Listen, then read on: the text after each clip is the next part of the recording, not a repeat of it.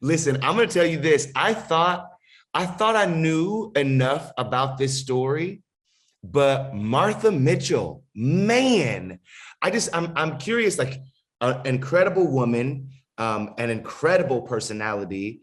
But what was it about her that you were like, oh, this story needs to be told. I want to tell it, and not just on in front of the screen, right, or on screen, but also be an executive producer.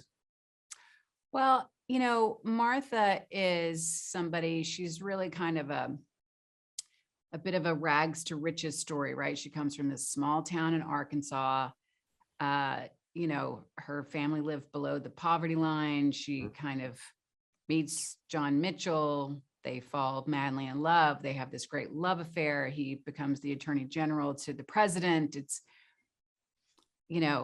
on the surface, it sounds like a pretty great little timeline to portray, but all the things in between, just the nuance, playing the nuance that was Martha Mitchell, as well as all the broad strokes, the big, kind of drunken party version of Martha Mitchell.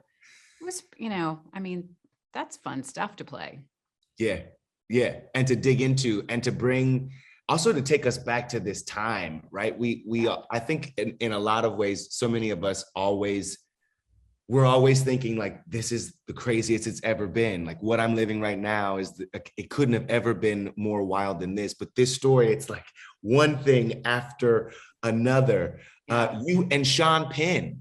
By the way, had there not been a title card that said Sean Penn was in this, I would have not known that was him. Is it true that you guys were you first read the script in your kitchen, and that's how this thing the chemistry? That is true. Well, we were in by then. But yes, the first time we sat down together, Sean and Matt Ross, our director, and I together and read all the scenes. They came over to my house and we sat at the kitchen table and read just these scenes. And Matt said the greatest thing to Sean and I. He said, there are 55 pages of John and Martha scenes. So you have 55 minutes to tell their entire love story, to portray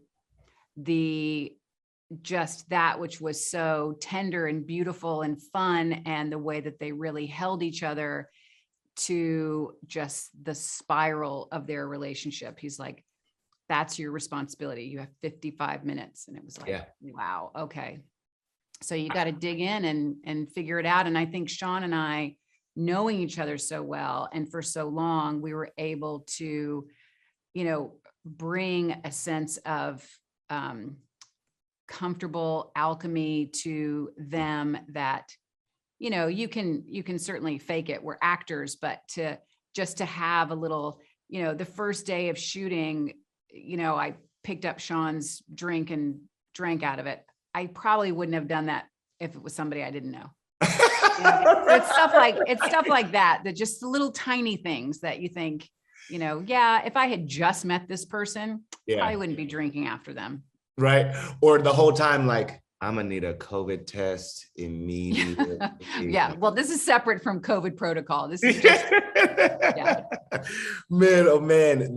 We were talking about the way that you portray a character, the way that you move through the physicality. Is it true that you had a device, like you had something in your mouth that was helping or that was changing the way that your jaw set? Yeah.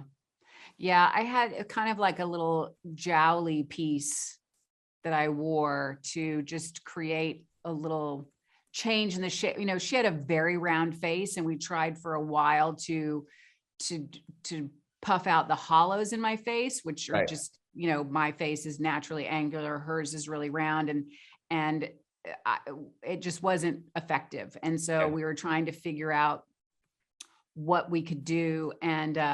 And someone very masterful created this thing that I wore in my mouth that didn't affect my speech and was relatively comfortable. The magic of this craft is it's so cool. The things that kind of contribute to the magic that we see. Speaking of magic, though, I want to talk to you really quickly about Ticket to Paradise. You and George Clooney, like, I just feel like it's the reuniting. We've all been kind of like, we will take it. We will take it. What was it like? What has it been like to get back together? Well, it was, heaven, of course. It's everything that you would imagine. It was fun and it was outrageous. And, I think George and I both felt that the world has been through such a dark time in so many ways, and that this is our attempt to just bring a little sunshine into popular culture. And we had, if it's half as fun to watch as the two of us had together making it, then it should be awfully entertaining, because boy, we thought we were funny.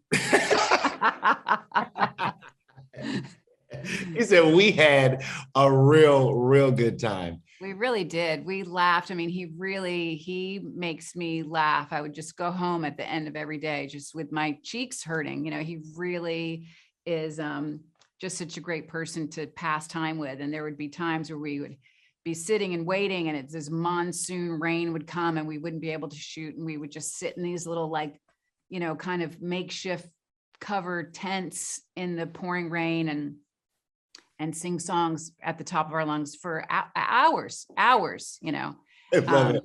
I love that it. We never grow tired of each other is kind of a miracle. Yeah, listen, I get it. I totally get it. They're telling me time, but I will tell you this: anytime you get a friend with a cackle like mine or yours, the laughter, it's the fun part. It is the fun part. It's the fun part. It's so good to see you. It's good to see you too. Have a great Take rest of the care. day.